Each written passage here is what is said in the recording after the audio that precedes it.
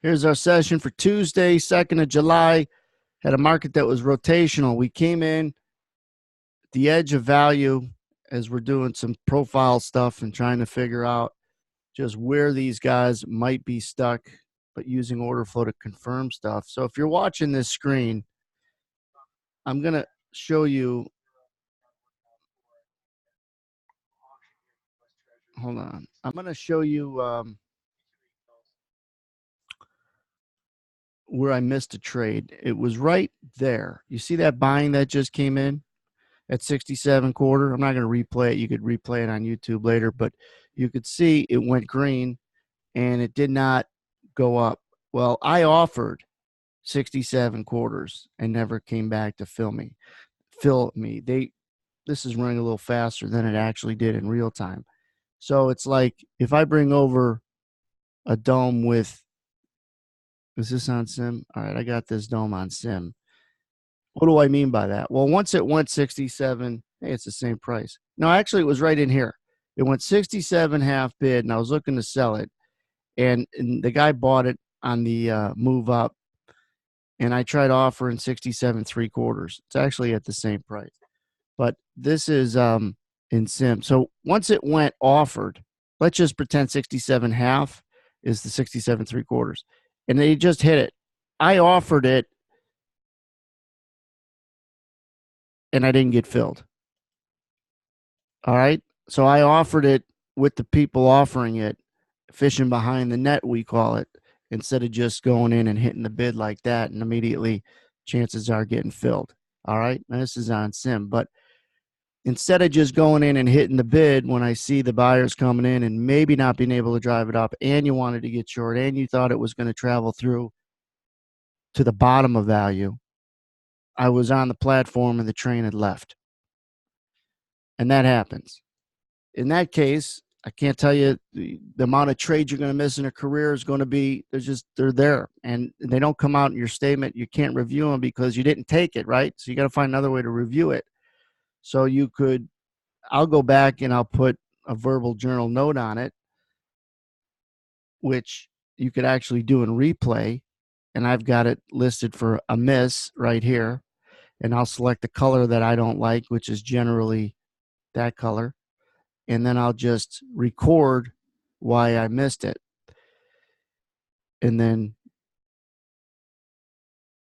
talk about what I was looking to do and why I missed it, what I seen, close it, and the dot will appear. And every color dot that I have that that color is a missed trade. Three quarter. All right. So that was the first one. What you have to get good at doing is get that off your chest, because if you don't, when you miss a trade that was an effortless winner, you tend to do something stupid. The next trade tends to be a bad trade. So you got to be patient. You got to assume or trick your mind as if you caught that previous trade.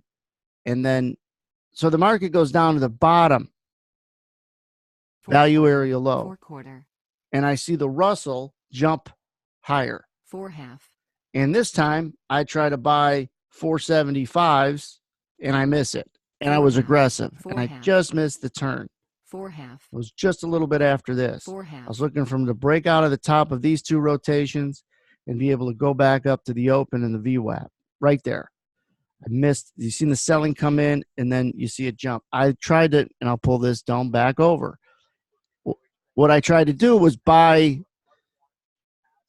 65 half when they're offered, and then when my order goes in there, I missed it and I became the best bid. You know what I mean? So I tried buying the best offer, but I was doing it as it was rolling to bid, going from offer to bid. So I was being aggressive. Again, this time I was like, grab the train, and my hand slipped off, and I was left at the platform as the train was marching down the tracks. The first time I was pulling up in the parking lot and the train left. This time I was close to jumping on board and I missed it. So not only did I miss the move lower, but I missed the move back up north. And it wasn't just the flow and the value area that Mark is talking about, but it was also the Russell. Russell got weak in here, jumped in here. And so for profilers, and there's a lot of profilers out there, it's not just about the levels and what and how the profile's speaking to you. It's being able to overlap good correlation with another market, order flow, stuck short, stuck longs to qualify your opinion. Profile is good at giving you an opinion. It sucks at qualifying the opinion. I think 10 out of 10 people who are profilers agree when I ever tell them that. The profile gives you a good opinion, but it's bad at executing that opinion. And when you're wrong, sometimes you have to take too much. When you're right, you got to take too much heat. When you're wrong, you catch all your losers, you miss some of the winners, and it just snowballs into a lot of frustration. There's nothing worse than being right and not making money.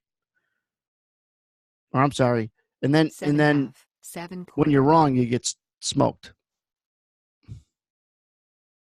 When you're right, you can't make money. When you're wrong, you get smoked. So profile is good. You just got to qualify the hell out of it using order flow and intermarket correlations. But these are two trades that I missed. And you got to go over stuff you missed, because if you don't, you're going to get pissed for the next trade.